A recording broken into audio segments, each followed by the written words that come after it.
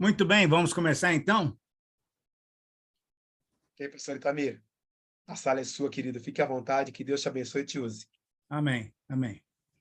Vamos orar então, pessoal? Vamos orar para começar? Espero que todo mundo esteja já preparado com a Bíblia aberta no capítulo 3. Então, nós já, graças a Deus, estudamos o capítulo 1 e o capítulo 2. E vamos trabalhando aí até o final de novembro, se Deus quiser, vamos chegar até o capítulo 6, no final do livro de Gálatas. Eu quero fazer uma oração, então, agora, para a gente pedir a bênção de Deus para esse momento de compartilhar a palavra de Deus. Pai querido, muito obrigado por essa noite, muito obrigado porque o Senhor é um Deus de misericórdia, de graça, de bondade. Muito obrigado, Pai, porque nessa noite, mais uma vez, podemos nos reunir para estudar a Tua palavra. Pedimos, Pai, a iluminação do Teu Santo Espírito. O Senhor que inspirou essa palavra pelo apóstolo Paulo, agora pedimos a Tua iluminação para podermos entender aquilo que o Senhor tem para nós, aquilo que o Senhor quer que a gente receba. Coloquemos as nossas vidas com os nossos corações, as nossas mentes abertas, para que o Senhor fale conosco. Pedimos também a Tua capacitação para que a gente possa aprender e aplicar essas verdades em nossa vida. Assim nós oramos, pedindo isso em nome de Jesus. Amém. Amém. Tá melhor a perninha para andar? Como? Não entendemos? Queridos irmãos e irmãs, se puderem desligar o microfone, o seu áudio, seria legal para a gente poder dar aula tranquilo. Se depois precisar de uma pergunta, nós sempre temos dado uma oportunidade para você perguntar no final da nossa aula. Então, hoje nós vamos estudar o valor da experiência cristã em Gálatas, capítulo 3, versículos 1 a 5. Gálatas 3, 1 a 5, e eu vou ler na NVI. NVI. Se você tiver a sua Bíblia aberta aí, seria legal, para que a gente pudesse acompanhar aquilo que Deus mostrou ao apóstolo Paulo.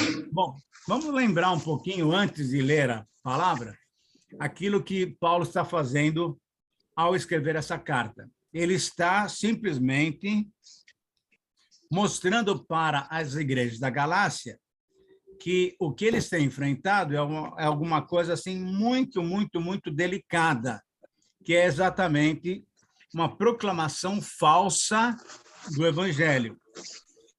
Quando ele e Barnabé pregaram o Evangelho para os Gálatas, indo lá na primeira viagem missionária, que eu já mencionei, que está descrita em Atos 13, 14, os gentios aceitaram o Evangelho de uma maneira espetacular, porque realmente era uma coisa nova para eles. Só que depois de Paulo e Barnabé saírem de lá, voltando para Antioquia, chegou uma turma de judeus que já tinham recebido Jesus como Messias, mas que ainda estavam presos à lei judaica. E, a partir daí, começaram a ensinar aos gentios que, para que eles fossem salvos de verdade, eles precisavam cumprir a lei judaica e também receber Jesus como Messias. Quando Paulo ouviu isso daí, e quando Paulo viu que o pessoal da Galácia estava aceitando essa doutrina, ele fica muito, muito surpreso e fica até irritado, e por isso, então, ele escreve essa carta. E exatamente no capítulo 3, versículo 1, é que ele demonstra a sua incompreensão, ele demonstra a sua insatisfação, e ele chama os Gálatas de insensatos. Vocês são insensatos. Por quê? Porque vocês começaram a ter uma nova vida pela fé em Jesus Cristo, receberam o Espírito Santo pela fé em Jesus Cristo, e agora vocês estão querendo continuar na vida cristã a partir do ensinamento de uma heresia, a partir do ensinamento de um evangelho que não é o verdadeiro. Inclusive, lá no capítulo 1, ele fala que não é o evangelho, é um outro evangelho, que, na verdade, não é evangelho. E aí ele fala que quem não ensina o verdadeiro evangelho deve ser o quê? Amaldiçoado, é uma palavra forte. Então, a gente percebe nessa carta, até aqui capítulo 3, 4, que Paulo está lutando firme para que os gálatas tenham uma vida realmente completamente diferente daquela que eles tinham, não mais precisando viver na dissolução que eles viviam e também não vivendo na lei de Moisés, porque a lei de Moisés foi cumprida pelo Senhor Jesus Cristo. A grande bênção dessa carta para nós é que nós podemos, então, transferir esses ensinamentos de Paulo para a nossa vida, para que a gente também viva de uma maneira correta, vivendo o verdadeiro evangelho. E o verdadeiro evangelho, para mim, está muito claro ali, naquele versículo 6 do capítulo 1, aquele que o chamou pela graça de Cristo. O capítulo 1, versículo 6, mostra que o evangelho é a graça de Cristo. Capítulo 5, versículo 1, mostra que o evangelho é liberdade. Então, a proposta, né, a ideia, o princípio para essa noite é exatamente está aí na tela em letras vermelhas. A experiência cristã, ela deve confirmar que somente o verdadeiro evangelho proporciona a justificação pela fé, independentemente das obras, independentemente de nós seguirmos a lei, independentemente de nós queremos apresentar alguma coisa bonita diante de Deus. Não. A única maneira de sermos justificados pelo verdadeiro evangelho é pela fé em Jesus Cristo. Então, eu quero ler para vocês agora o capítulo 3, do versículo 1 a 5, e depois a gente vai olhar para cada um desses versículos e a gente vai perceber, então, 5 contrastes muito claros que a gente pode perceber na experiência cristã, no nosso dia a dia. Diz assim a palavra: ó Gálatas insensatos, quem os enfeitiçou? Não foi diante dos seus olhos que Jesus Cristo foi exposto como crucificado? Gostaria de saber apenas uma coisa: foi pela prática da lei que vocês receberam o Espírito ou pela fé naquilo que ouviram? Será que vocês são tão insensatos que, tendo começado pelo Espírito, querem agora se aperfeiçoar pelo esforço próprio? Será que foi inútil sofrerem tantas coisas? Se é que foi inútil. Aquele que dá o seu Espírito e opera milagres entre vocês, realiza essas coisas pela prática da lei ou pela fé com a qual receberam a palavra? É uma palavra muito clara, muito dura, muito específica. E eu vou ler também essa mesma passagem na linguagem de hoje, que é uma linguagem mais fácil ainda para a gente poder entender. Mas é importante que a gente possa ver um pouquinho de uma outra tradução bíblica. Diz assim, eu vou ler mesmo os versículos, capítulo 3, do versículo 1 até o versículo 5, diz assim: ó Gálatas sem juízo. Paulo não dá muita colher de chá, não. Ó Gálatas sem juízo. Quem enfeitiçou vocês? Na minha pregação a vocês, eu fiz uma descrição perfeita da morte de Jesus Cristo na cruz. Por assim dizer, vocês viram Jesus na cruz. Respondam somente isso. Vocês receberam o Espírito de Deus por terem feito o que a lei manda ou por terem ouvido a mensagem do Evangelho e terem crido nela? Como é que vocês podem ter tão pouco juízo? Vocês começaram a sua vida cristã pelo poder do Espírito de Deus e agora querem ir até o fim pelas suas próprias forças? Será que as coisas pelas quais vocês passaram não serviram para nada? Não é possível. Será que quando Deus dá o seu Espírito e faz milagres entre vocês, é porque vocês fazem o que a lei manda? Não será que é porque vocês ouvem a mensagem e creem nela? Então, essa passagem é uma passagem que realmente é muito central no objetivo pelo qual Paulo está escrevendo para os Gálatas.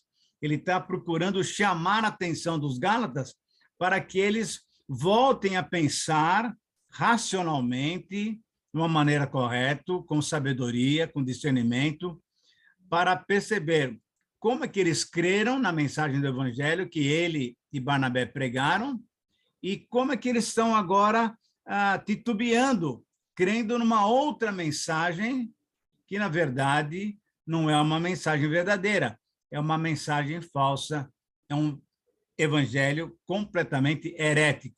Então, nesses versos, nós vamos encontrar 5 contrastes que confirmam, através da experiência, que somente pela fé nós somos justificados em Cristo Jesus. Somente pela fé no Senhor Jesus é que nós somos justificados. Não é porque nós somos bons maridos, boas esposas, bons filhos, bons cidadãos, que vamos voltar aí no dia 2, não é porque nós pagamos os impostos, não é porque nós fazemos tudo direitinho, não é por isso. A Bíblia fala muito claramente que as nossas justiças não passam de trapo de imundícia perante Deus. Então, a única maneira pela qual eu posso chegar diante de Deus e saber que Ele me receita, que Ele me aceita, é pela fé no que Ele planejou, aquele bonito plano que Ele fez, elaborado lá na eternidade, em que Ele definiu, junto com Jesus e com o Espírito Santo, que o Senhor Jesus viria para cá, para morrer por nós, para perdoar o nosso pecado. Quando nós cremos nisso, então a justificação se dá sobre as nossas vidas. Isso é, eu posso estar na frente do meu Deus, eu posso falar com Ele, porque eu tenho o sangue de Jesus, o sacrifício de Jesus sobre a minha vida. Vamos ver, então, esses 5 contrastes que confirmam, através da experiência, que somos justificados pela fé. Muito bem. Primeiro contraste se estabelece entre a fascinação e a exposição da cruz. O que Paulo fala no versículo 1 é uma palavra muito, muito, muito clara. Ele diz o seguinte, vou repetir novamente. Ó Gálatas sem juízo, quem foi que enfeitiçou vocês? Na minha pregação a vocês, eu fiz uma descrição perfeita da morte de Jesus Cristo na cruz. Por assim dizer, vocês viram pela minha pregação, por aquilo que eu contei, vocês viram Jesus Cristo na cruz. Então, 3 considerações que a gente precisa fazer aqui. Primeiro, a fascinação nos deixa insensatos. Tudo aquilo que é muito admirável, tudo aquilo que é muito hipnótico, né? Aquilo que nos traz fascinação, muitas vezes apenas chama a nossa atenção e nos tira o raciocínio, nos tira a sensatez, nos tira aquela maneira correta de nós olharmos para Deus e verificarmos o que Ele quer. É interessante a gente lembrar que a própria criação de Deus, que nos fascina também, que nos enche de entusiasmo para ver o que Ele fez, ela também, se não for pela fé, ela nos torna indesculpáveis. Quando a gente olha para Romanos, capítulo 1, o Senhor fala, através de Paulo, o seguinte, que toda a criação, ela mostra o poder de Deus, ela mostra a vida de Deus, ela mostra o próprio Deus.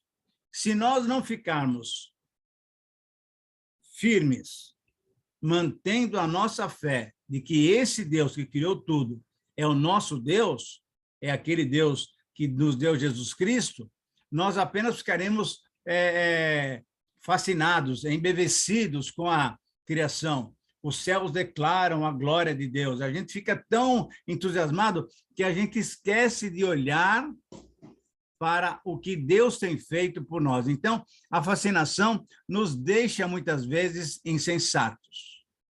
A fascinação nos deixa enfeitiçados, ficamos dopados, vamos dizer assim, ficamos dopados.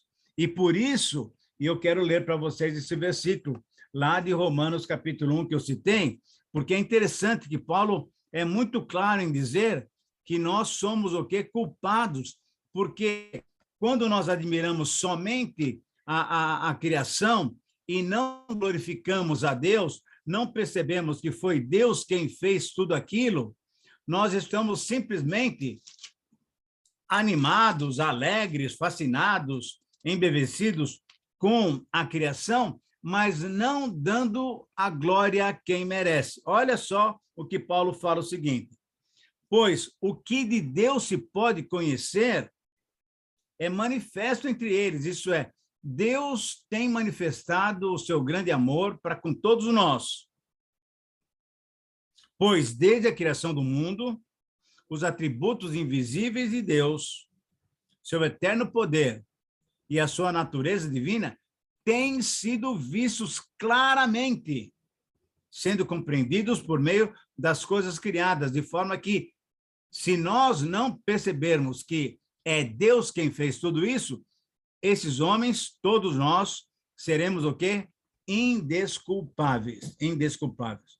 Uma pregação correta do Evangelho, e aquilo que Paulo e Barnabé fizeram, faz que a gente possa não ficar fascinado com as coisas maravilhosas, mas faz com que a gente perceba a verdade do Evangelho. E a verdade do Evangelho é que o Senhor Jesus morreu na cruz pelos nossos pecados.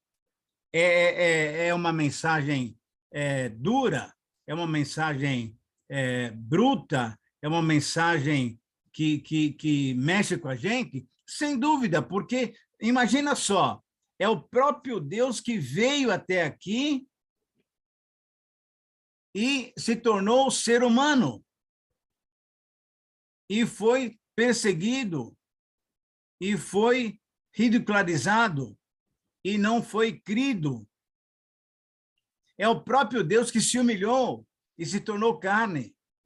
E pior de tudo, foi indo, até a morte de cruz. Então, é uma situação, é uma palavra, é uma exposição sangrenta, violenta. E aí, se você não quiser entender isso e ficar apenas admirado de toda a natureza, é uma boa parte, mas a salvação tem que lembrar e tem que chegar a gente, mostrando o quê? Que essa maravilha de criação que ele fez, que nos deixa admirados, essa maravilha toda tem um propósito. Ele criou o ser humano para que nós tivéssemos comunhão com ele. Mas por causa do nosso pecado, nós não temos comunhão com ele. Então, é só pela cruz, só pela cruz. Então, se nós pararmos um pouquinho, em vez de ficarmos embevecidos, enfeitiçados, iludidos, se nós ficarmos iludidos, como, por exemplo, milagres daqui, milagres de lá, se nós não lembrarmos que os milagres, porque Paulo vai falar sobre isso aqui, acontecem porque Jesus Cristo veio e morreu por nós, nós estaremos ainda injustificados, nós estaremos ainda em nossos pecados. Somente quando nós cremos em Jesus e reconhecemos que aquele drama, porque foi um drama, não tenha dúvida nenhuma, foi uma dor violenta, né? Tanto é que Jesus pediu: Pai, se for possível, passa de mim esse cálice.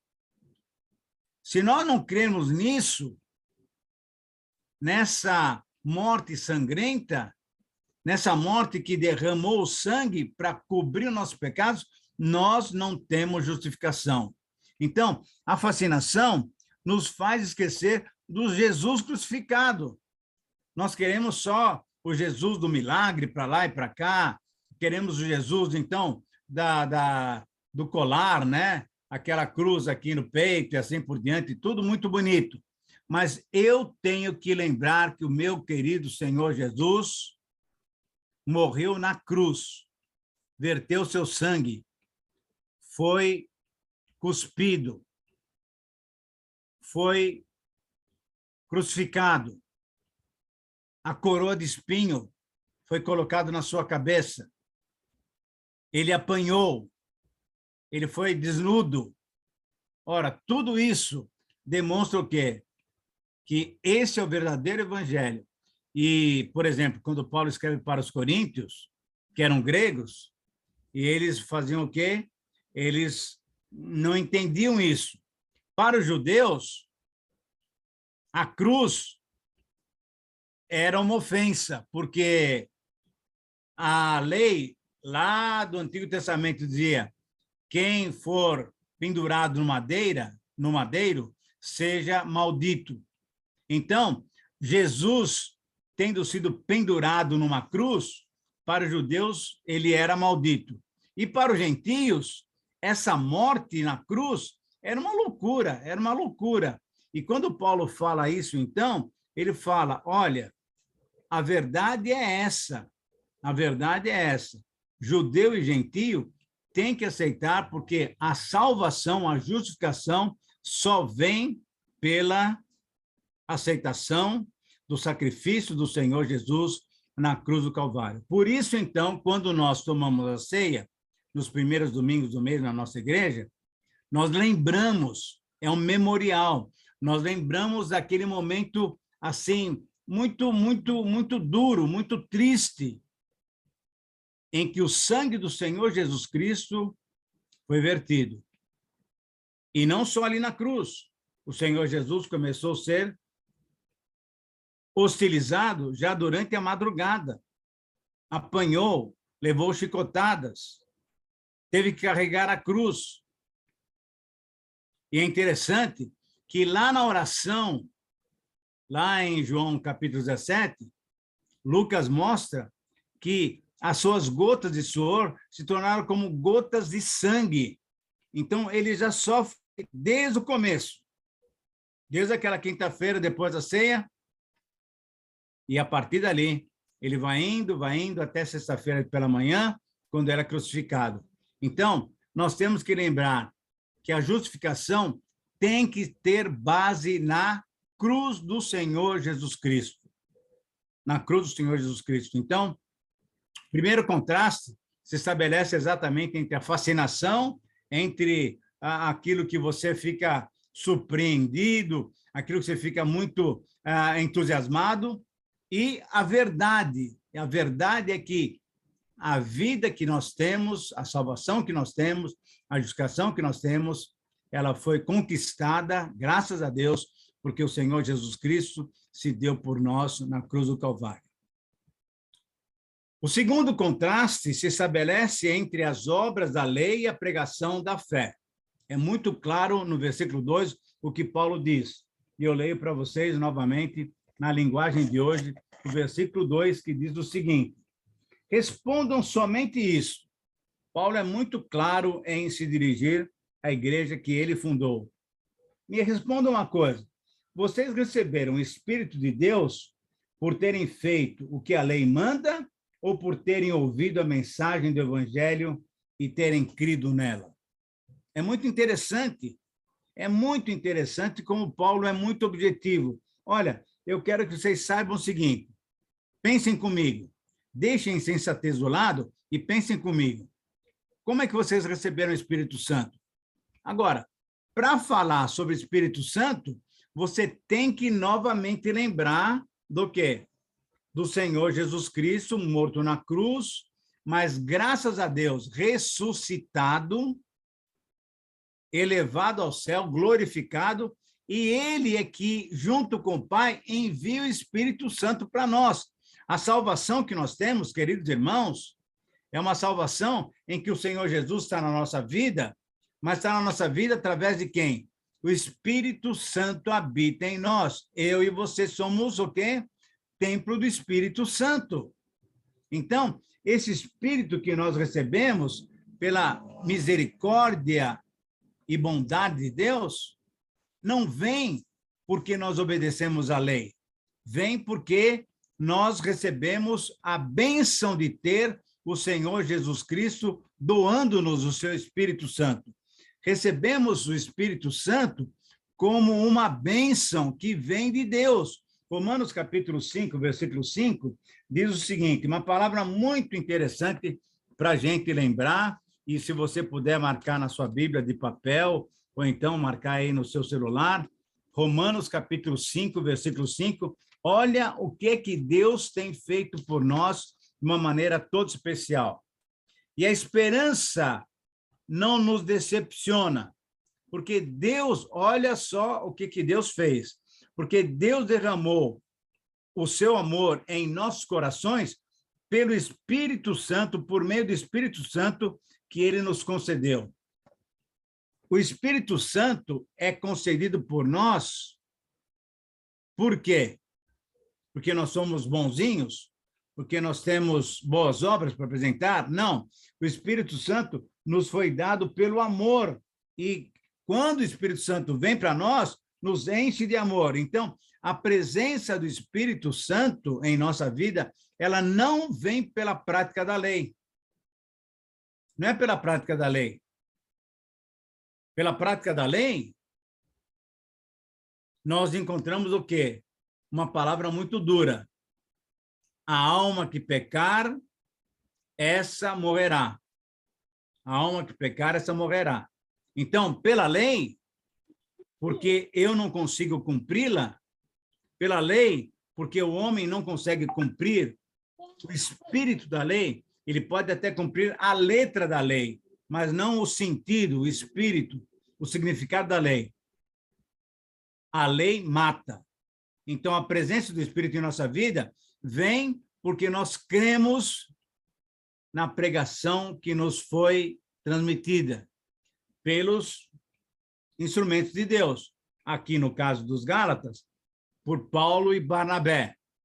No nosso caso, por algum pastor, através de um hino, através de um irmão, colocando a nossa vida em oração e testemunhando. Enfim, a presença do Espírito vem porque alguém compartilha conosco a pregação da cruz. Compartilha conosco a morte do Senhor Jesus Cristo. E quando nós cremos, então, essa pregação da fé, quando nós cremos, nós temos uma nova vida em Cristo. Por isso, nesse terceiro ponto que aparece aí na tela, a presença do Espírito Santo em nossa vida só vem pela fé. Só vem pela fé.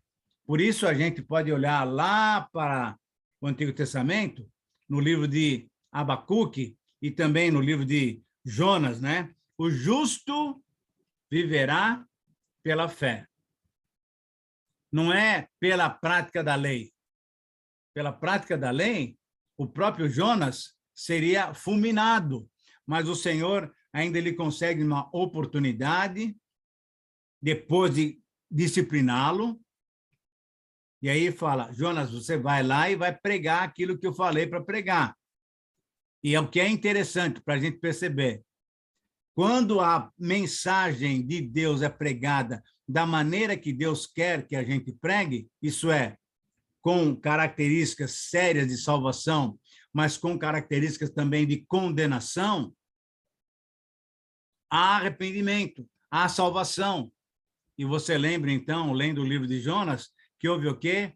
Um avivamento. Toda a cidade se converteu, toda a cidade entendeu a pregação e aceitaram pela fé de que realmente Deus iria eliminar a cidade. E por que se converteram? Porque se reconheceram pecadores, a bênção de Deus, a salvação veio para toda aquela cidade. Então, é importante que a gente tenha que enfatizar, para não ficar com a nossa mente perturbada, conscientemente, é pela fé que nós cremos em Jesus Cristo. É pela fé que nós somos justificados. Por favor, não é por nenhuma outra maneira pela qual você pode chegar até Deus. É só pela fé na obra preciosa do Senhor Jesus Cristo. E isso significa o quê? o verdadeiro evangelho. Então, o que Paulo está fazendo aqui para os Gálatas é exatamente isso, mostrando qual é o verdadeiro, qual é o conteúdo, né, do verdadeiro evangelho. O conteúdo do verdadeiro evangelho é a morte do Senhor Jesus na cruz. E quando eu creio nisso, nesse plano eterno, lá na eternidade, que foi elaborado pela Trindade, quando eu creio nisso, eu tenho, então, a salvação, o perdão dos meus pecados, a justificação, eu tenho liberdade para chegar diante de Deus, e a gente vai ver depois no capítulo 4, e de chamá-lo de Pai, Papai, de Abba Pai, exatamente porque, pela fé, nós cremos no Senhor Jesus Cristo. Lembrando um pouquinho das aulas anteriores, você deve se lembrar que nós falamos que uma das razões pelas quais a igreja fez o Concílio de Jerusalém, no capítulo 15 do livro de Atos, foi exatamente por causa disso. Os judaizantes pregando que, para a salvação, você tem que ter Jesus como Messias, mas você tem que obedecer à lei, e os cristãos pregando só o quê? Que só pela fé você tem a salvação. Muito bem, então, a igreja teve que fazer um concílio e pela definição, pela decisão completa do Espírito Santo, através de todos que testemunharam, Paulo, Pedro, Barnabé e depois Tiago, eles dão a seguinte definição: a salvação é pela fé, é de graça, sem precisarmos fazer mais nenhuma obra da lei. E no caso dos judaizantes, principalmente para os homens, por exemplo, a questão da circuncisão era fundamental, senão você não era mais do povo de Deus. Por exemplo, obedecer às regras alimentares era fundamental. Guardar o sábado era fundamental. E o que Paulo está dizendo, e que Deus está dizendo para nós através de Paulo, é que tudo isso foi importante até a vinda do Senhor Jesus Cristo. E o Senhor Jesus Cristo não veio para revogar, para apagar a lei. Não, ele veio para cumprir. E ele cumpriu completamente a lei. E por isso, eu e você, pela graça de Deus, não precisamos mais cumpri-la. Precisamos, então, crer naquele que cumpriu. Quando eu creio nele, pronto, eu tenho a minha vida já perdoada, porque ele tomou o meu lugar. Ao invés de eu ser culpado porque eu não conseguia e não consigo cumprir a lei, ele cumpriu e tirou a culpa de mim. Por isso, Romanos 8 diz que aquele que está em Cristo está absolvido, está absolvido. Nós, então, quando cremos nele, temos a salvação, temos o perdão dos nossos pecados. Não sei se todos que estão me ouvindo, ou que vão me ouvir, ou vão ver as nossas aulas, têm já o Senhor Jesus Cristo como seu Senhor e Salvador. Se você ainda não fez essa opção conscientemente, é através da fé em Jesus Cristo que você pode ter uma vida completamente transformada. E ele tem poder para fazer isso. Porque ele morreu na cruz exatamente para isso, para mudar a sua vida, para te dar uma nova vida, para te dar a salvação em Jesus Cristo. E quando nós, que já temos a salvação em Jesus Cristo, pregarmos o evangelho, queridos irmãos, por favor, ao você testemunhar, testemunho correto, pregação correta, palavra séria. Isso é, mostra o pecado do ser humano, mostra a bênção da morte do Senhor Jesus Cristo e mostra a salvação que ele dá. Ah, mas tem mais um detalhe. Quando nós não aceitamos essa palavra, temos que lembrar que virá o juízo de Deus sobre aqueles que não querem receber pela fé a salvação que o Senhor Jesus preparou para nós. Temos que falar, então, da salvação, mas temos que falar também da disciplina da maneira como Deus trata aqueles que não recebem a salvação pela graça. São indesculpáveis. Isso é, a pessoa continua sendo culpada diante de Deus. Somente pela fé na graça do Senhor Jesus Cristo é que eu me torno absolvido. Eu sou absolvido. E a partir daí, então, eu tenho salvação e justificação. Mais um contraste aparece aqui no versículo 3. É muito interessante. Versículo 3 mostra, então, o aperfeiçoamento. Como é que acontece a nossa vida sendo melhorada cada vez mais, para que aquela boa obra de Cristo seja completa até o Senhor nos chamar? O aperfeiçoamento, a maturidade cristã, vem pela obra da lei, vem pela carne, pela nossa natureza, ou vem pelo Espírito Santo? Versículo 3 diz assim, muito interessante, eu queria que você me acompanhasse novamente na Bíblia, na linguagem de hoje. Diz assim, como é que vocês podem ter tão pouco juízo? Vocês começaram a sua vida cristã pelo poder do Espírito de Deus. E agora querem ir até o fim com as suas próprias forças? Se vocês começaram pelo Espírito Santo, que transformou a vida de vocês, como é que vocês querem fazer agora? Querem desenvolver a vida cristã, deixando o Espírito de lado e tentando viver pela sua própria força? Essa que é a pergunta que Paulo faz no versículo 3. E aqui nós temos 3 colocações muito importantes.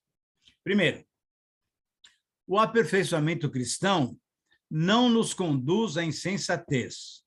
O aperfeiçoamento cristão não nos deixa embevecidos. O aperfeiçoamento cristão nos mostra a maneira pela qual Deus trabalha conosco, para que tenhamos uma vida correta, para que tenhamos cada vez mais uma vida bonita. Nós temos gente hoje em dia que tem pregado o seguinte: uma vez que Jesus morreu na cruz e se deu por nós, e ele já perdoou os nossos pecados, então não tem mais problema, porque o nosso pecado futuro também já está pago. E então desvalorizam aquilo que o Senhor Cristo fez na cruz do Calvário. Por isso é que lá, no capítulo 2, no versículo 20, nós temos aquele versículo que todos nós conhecemos. Não sou eu mais quem vivo, mas Cristo vive em mim. E esse viver que eu tenho agora ainda no corpo, enquanto eu estou aqui, eu vivo pela fé no Filho de Deus, que me amou e se entregou por mim. Então, essa nova vida não me conduz à libertinagem, não me conduz a uma vida frouxa, não me conduz a uma vida de qualquer jeito.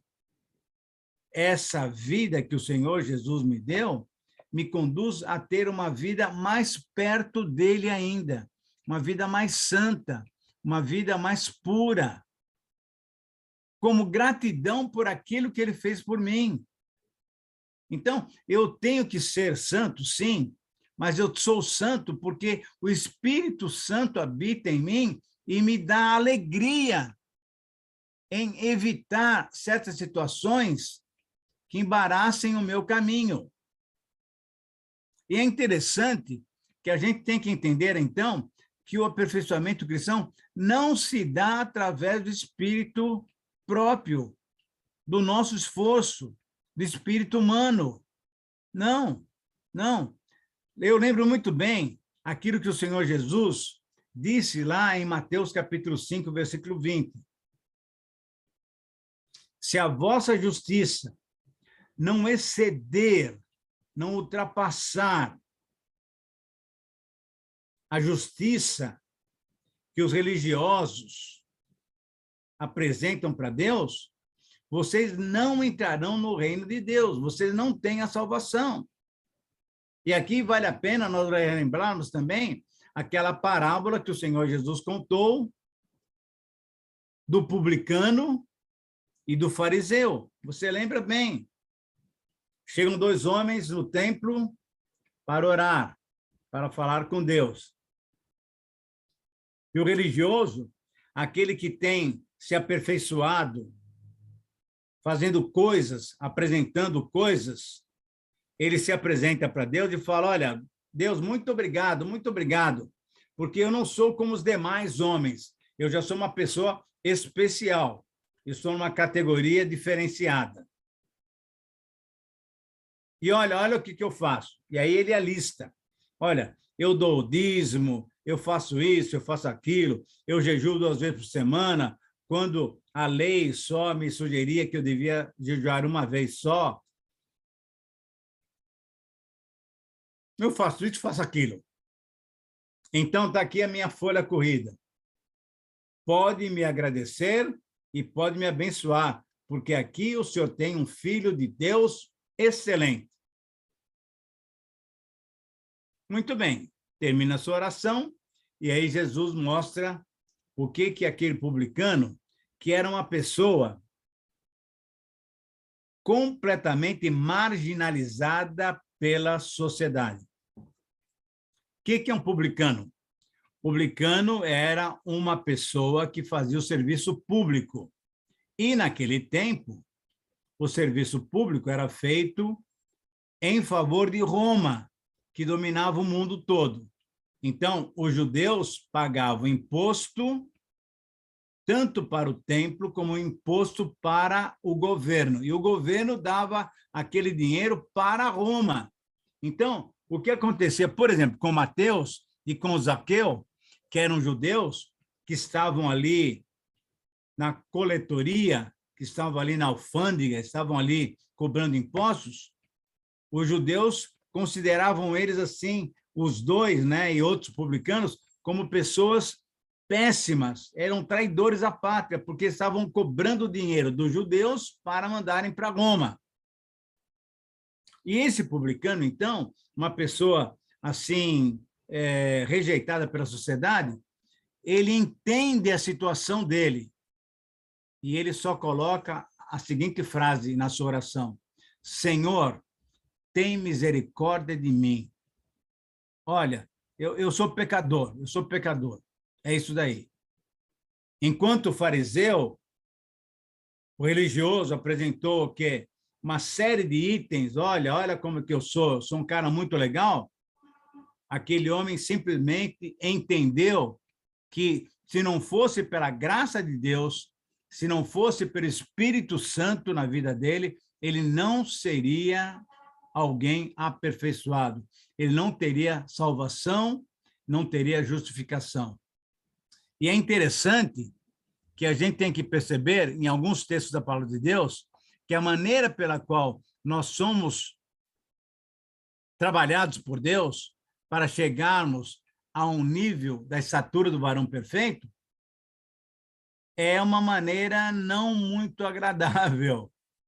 Isso é, nós sofremos, nós temos que realmente pagar alguma coisa. A salvação é de graça, mas depois, continuar na vida cristã, merece o quê? Merece a nossa submissão completa, quebrar o nosso ego para seguirmos a Jesus. O aperfeiçoamento que os judaizantes pregavam era obediência ao quê? Aos ritos da lei. Olha, você tem que parar de comer carne de porco. Você tem que guardar o sábado. Você tem que fazer circuncisão se você é homem. Então, se você quer melhorar a sua vida para com Deus, cumpra a lei. E o Evangelho verdadeiro diz o seguinte: não cumpra mais a lei, você está livre. Capítulo 5, versículo 1. E João, palavras do Senhor Jesus, 8:32. Conhecereis a verdade e a verdade vos libertará. Nós somos livres. Então, como é que eu vou ter uma vida bonita? Como é que eu vou ter uma vida cada vez mais aperfeiçoada? Quando eu me deixar ser dominado pelo Espírito Santo. Quando nós queremos cumprir a lei para mostrar para Deus olha aqui o que eu sou, você está fazendo o quê? Menosprezando a obra do Senhor Jesus Cristo. Eu leio novamente para você, Gálatas 2, não mais o versículo 20. Eu leio para você, Gálatas 2, 21. É muito interessante esse texto. Ele diz o seguinte, olha só, eu não anulo a graça de Deus, pois se a justiça vem pela lei, Cristo morreu inutilmente. Não valeu nada a morte de Cristo. Se eu vou me justificar cumprindo o sábado, fazendo circuncisão, não comendo carne de porco e guardando dias, etc., etc., eu estou falando, Senhor, o Senhor morreu à toa aí por mim, porque eu quero me justificar cumprindo a lei. E é interessante, nós estamos desmerecendo o que o Senhor Jesus Cristo fez por nós. Ele cumpriu a lei por nós e cumpriu integralmente, porque ele cumpriu o espírito da lei. Quando ele fala para nós, não adulterarás, ele não está falando somente do ato sexual. Ele está falando do quê? De não ter o quê? Pensamentos impuros. Isso é espírito da lei. De não roubar é não invejar, não é você ir lá pegar o dinheiro de alguém ou roubar um bem de outra pessoa. É você não cobiçar. Quando ele fala para você não matar, não é dar um tiro ou enfiar uma espada em alguém. Não.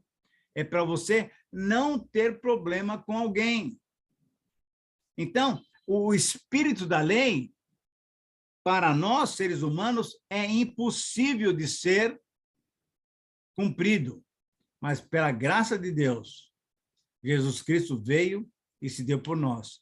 E quando eu creio, então, nesse substituto, eu tenho completa justificação, eu vou sendo aperfeiçoado. Aquela boa obra que Deus começou, ele vai cumprir até o dia de Cristo Jesus. O aperfeiçoamento só vem pelo Espírito Santo, porque ele é o escape que Deus nos dá. E eu queria chamar a sua atenção, nesse comentário aqui do versículo 3, para um texto que eu gosto sempre de mencionar. 1 Coríntios 10, 13. Olha o que diz essa passagem, que você conhece já, porque eu já tenho citado ela várias vezes. 1 Coríntios 10, 13 é um texto muito rico, que nos ajuda, inclusive, a ter firmeza na hora das provações. Diz assim a palavra de Deus. É muito claro. Não sobreveio sobre vocês tentação, ou provação, ou teste, que não fosse comum aos homens. Isso é, não vem nada além daquilo que nós, como seres humanos, podemos suportar. Se Deus nos coloca e nos permite passar por alguma situação difícil, é porque ele sabe que isso está dentro do nível humano. Não veio sobre vocês nada que não fosse comum aos homens. E Deus é fiel, ele permite que você passe, e muitas vezes ele coloca você em algumas situações. Para quê? Para que você conheça quem é você. Deuteronômio capítulo 8, para que você conheça se você guardaria ou não os seus mandamentos.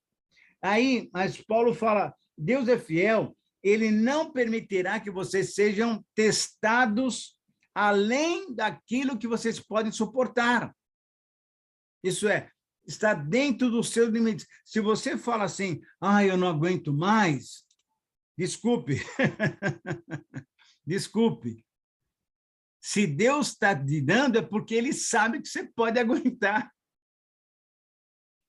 Aí você fala, mas é difícil.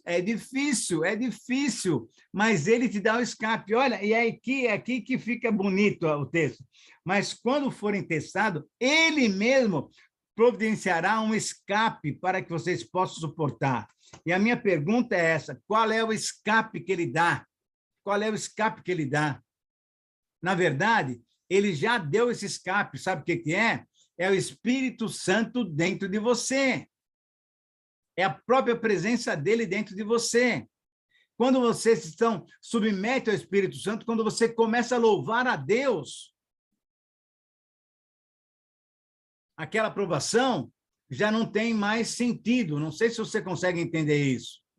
Uma vez que você está passando por um momento delicado, vou ser bem claro agora, você está passando por um momento de dificuldade financeira, e você não vê como sair dessa situação,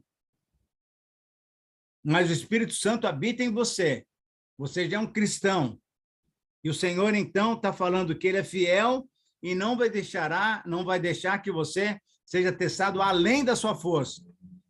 E ele, como fiel, te dá o Espírito Santo. Ele já tem dado o Espírito Santo. E aí, o que você faz? Você começa a deixar o Espírito Santo dominar a sua vida. E como é que você faz isso? Como é que a gente se enche do Espírito Santo?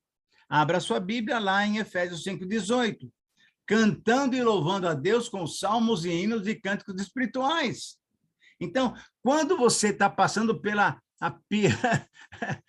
pior situação possível que você possa ter, e você começa a perceber que o escape que ele te deu é o Espírito Santo, você começa a louvar, não tem mais sentido. Deus já fala, pô, esse cara já passou, tirou nota 10 aqui.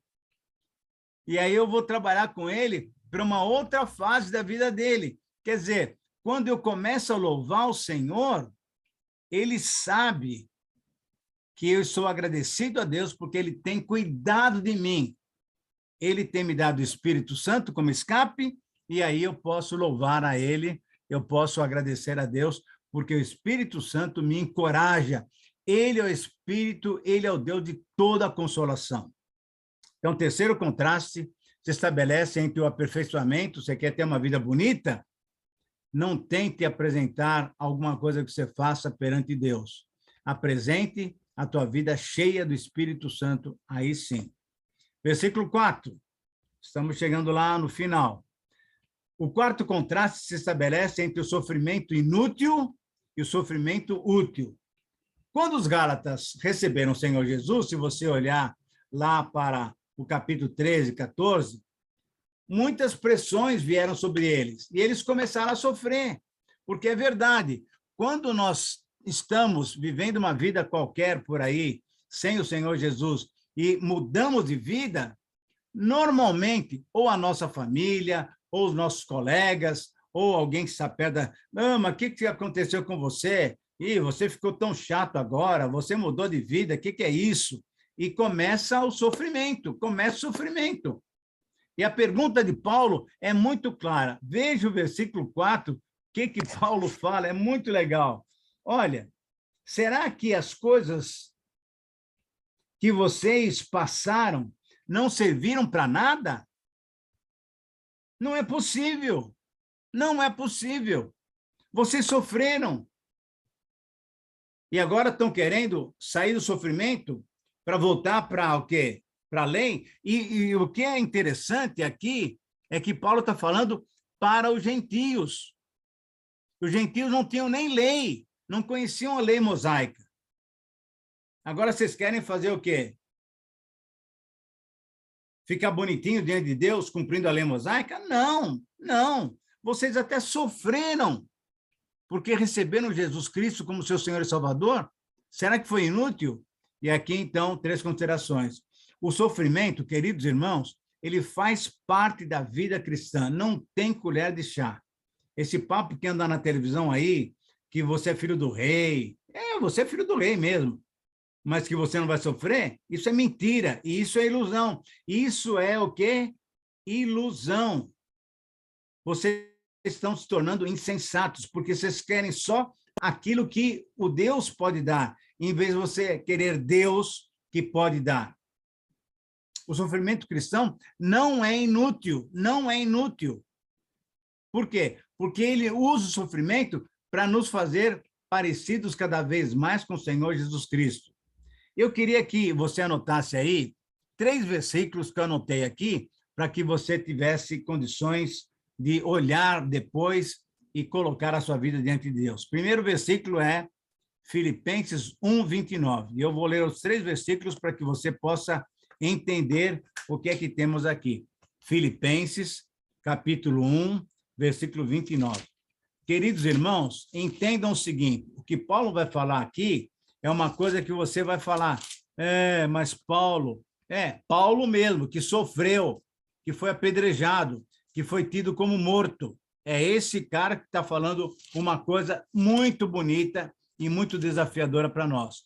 Capítulo 1 de Filipenses, versículo 29, diz o seguinte, olha só como que ele coloca. Pois a vocês foi dado o privilégio de não apenas crer, mas o quê? De também sofrer por ele. Isso é, nós temos o privilégio de sofrer pelo Senhor Jesus Cristo. Já não sei se você consegue entender isso. É um privilégio, é uma bênção o fato de você ter a salvação, de você crer. Mas é um privilégio também você sofrer pelo Senhor Jesus Cristo. É importante a gente entender isso e aceitar isso de uma maneira muito legal. E aí, eu quero 2 versículos no livro de Tiago, porque esses 2 versículos realmente mostram para nós que a vida cristã é uma vida muito mais séria do que a gente tem pensado. A gente só está pensando na vida cristã em benefícios. Tem benefícios, sem dúvida nenhuma, mas para que a gente consiga isso, para que a gente consiga as bem-aventuranças, temos que ser o quê? Humildes, chorar, ser misericordiosos. Lembra de tudo isso lá no Sermão do Monte? Agora, eu quero mostrar para vocês 2 textos que mexem com a gente. Primeiro é Tiago, capítulo 1, versículo 2 a 4. Tiago 1, 2 a 4. E aí você vai ficar já chateado comigo na primeira frase que eu vou ler. Mas, desculpe, não fique chateado comigo, não. Você quer brigar? Briga com Deus. Porque olha o que ele fala. Meus irmãos, considerem motivo de grande alegria, o fato de vocês passarem por diversas provações. Se alegre por isso, mas não é alegria qualquer, não, sorriso amarelo. Não, é grande alegria o fato de vocês passarem por várias provações. Pois vocês sabem, e aí agora vem a bênção, que a prova da sua fé vai produzir o quê? Perseverança, e a perseverança vai fazer com que vocês sejam maduros, íntegros e não deficientes, sem falta de coisa alguma. Então, quando você percebe que você está sofrendo, que você está numa situação delicada, alegre-se, porque Deus está trabalhando, sabe o que ele está fazendo? Burilando você, lapidando você, deixando você cada vez mais uma pedra bonita no seu tesouro.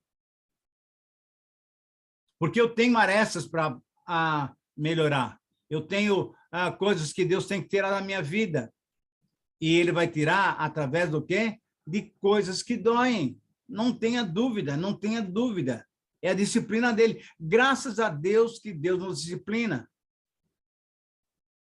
Porque nós somos filhos queridos.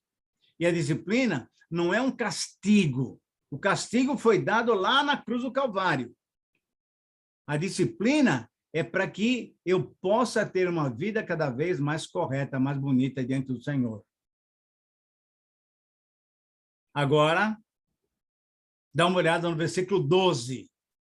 Tiago 1:12. Tiago 1:12.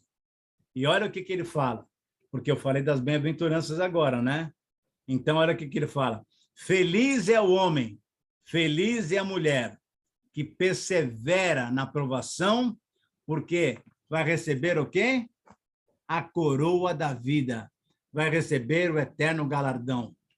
Queridos irmãos, então em vez de ficar chorando, ai, meu Deus, não aguento mais, me tira essa situação, fica murmurando, choramingando por aí, alegre-se, alegre-se. Ah, Senhor, obrigado, o Senhor está mexendo com a minha vida. E eu vou falar para o Senhor, eu agradeço o Senhor, eu estou louvando o Senhor está trabalhando comigo, então, glorificado seja o Senhor. Se você fizer isso, meu amigo, minha irmã, meu irmão, sabe o que vai acontecer? Deus vai falar, puxa, essa aprovação aqui já está sem efeito, porque ele está se alegrando, ele já está entendendo o que eu estou fazendo por ele. Eu estou melhorando a vida dele. O segredo para nos livrarmos dos sofrimentos é o louvor. Eu já preguei uma vez, uma quarta-feira, sob o título O Louvor que Liberta, o Louvor que Liberta. O louvor liberta você das situações mais delicadas. Inclusive, agora, brincando um pouco, trazendo isso bem para o popular, não se diz que aquele que canta seus males espanta? É exatamente isso. Cante, cante, cante, e deixa que Deus trabalhe com você de uma maneira toda especial. Para terminar, quinto contraste se estabelece entre as obras da fé, e a fé na doação do Espírito Santo. O versículo 5 é espetacular. Será que quando Deus dá o seu Espírito e faz milagres entre vocês, é porque vocês fazem o que a lei manda? Não será que é porque vocês ouvem a mensagem e creem nela? Com certeza, a obra do Espírito Santo, os milagres de Deus acontecem porque nós cremos. Queridos irmãos, o Senhor Jesus disse uma vez lá para algumas cidades, e, por exemplo, para Nazaré, que ele não pôde fazer milagre lá porque eles não creram. Porque eles não creram. As maravilhas de Deus, que nos deixam embevecidos, que nos deixam entusiasmados, elas têm por base o quê? A nossa fé nesse Deus maravilhoso, nesse Deus que se deu por nós. Não é pela obra da lei, mas é pelo Espírito Santo. As obras miraculosas são realizadas pelo poder divino, e eu preciso crer no Senhor, porque aí, de fato, eu vou perceber que o poder não é o poder diabólico, é o poder divino. As divinas obras miraculosas não acontecem pela prática da lei, elas acontecem somente pela fé. Quando nós cremos, então, em Jesus, quando nós cremos no Senhor, o Senhor faz obras assim espetaculares. Ele muda a vida de pessoas. Qual é o maior milagre que nós temos? O que? Andar sobre as águas? Ressuscitar um morto? De 4 dias? Multiplicar pães? Não, não, não, não. O maior milagre que acontece é uma mudança de vida. É sair do inferno e ir para o céu. É sair do império das trevas e ir para o reino do Filho da Luz. E ir para o reino do Filho do Amor. É a mudança de vida, é o novo nascimento. O maior milagre é o novo nascimento. E quem não nascer do Espírito não entrará no reino dos céus. O novo nascimento é o Espírito Santo que nos dá. É a doação do Espírito Santo. Ele nos convence do pecado, da justiça e do juízo. É ele que trabalha. E olha só, que é importante a gente entender, não é só para aquele que ainda não é cristão. Ele convence a gente, cristão, que nós estamos andando errado. E ele vai mudando a nossa vida. Quanto mais você abrir a sua vida para ele, mais ele vai poder mudar a sua vida e assim ele vai trabalhando. Então, esse Espírito Santo que o Senhor nos dá, não é nada mais, nada menos que o próprio Deus na minha vida, mostrando qual é o meu caminho, qual é a minha maneira de viver para agradá-lo. E para ter como bênção o quê? A coroa da vida. Aquilo que ele tem reservado para mim, ele vai me dar quando eu deixar que ele domine completamente a minha vida. Para terminar, só uma frase, e aí depois, se alguém tiver pergunta, fique à vontade. Deus espera, então, de cada um de nós, que sejamos sensatos para preferir a nova vida plena de liberdade que só Jesus nos concede, ao invés de preferir o quê? A velha vida de obediência à lei.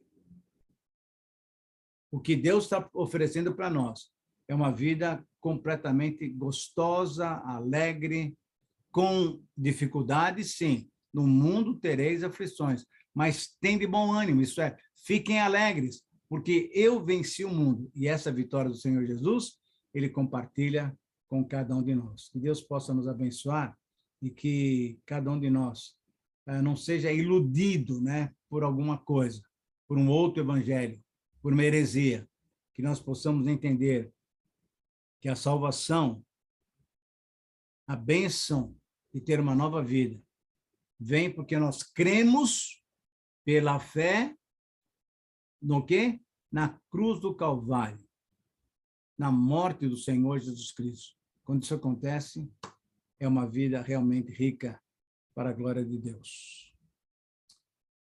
Amém. Amém. Muito bom estar de volta aqui depois de uma semana. Muito obrigado, pastor Betão, pela sua aula da semana passada. E eu quero abrir aí, se houver alguma pergunta, algum comentário, fique à vontade. Temos mais alguns minutos. Fique à vontade.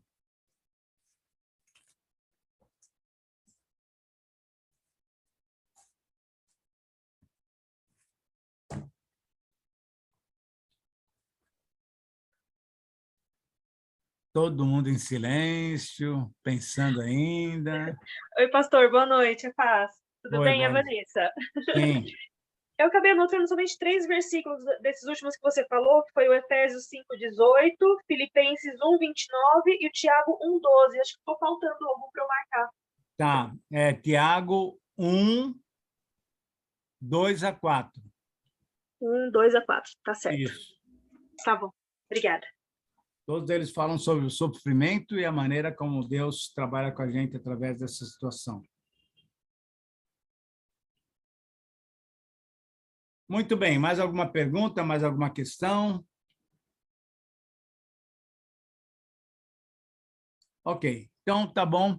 Lembrando que semana que vem estamos aí novamente, sempre às 7h30, e esse mesmo link, né, pastor Betão? O link não é bom, basta informar, importante informar que o link não muda. Alguns Isso. irmãos têm me pedido, manda o link não muda, é o mesmo. É o Nós mesmo? vamos manter essa sala até o final do curso, esse mesmo link. Isso. Ok? Fala mais alguma coisa, pode falar, à vontade.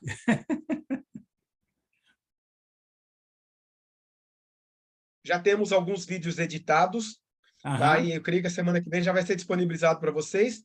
E até a aula de hoje, o PowerPoint até a aula de hoje, eu também vou disponibilizar no grupo.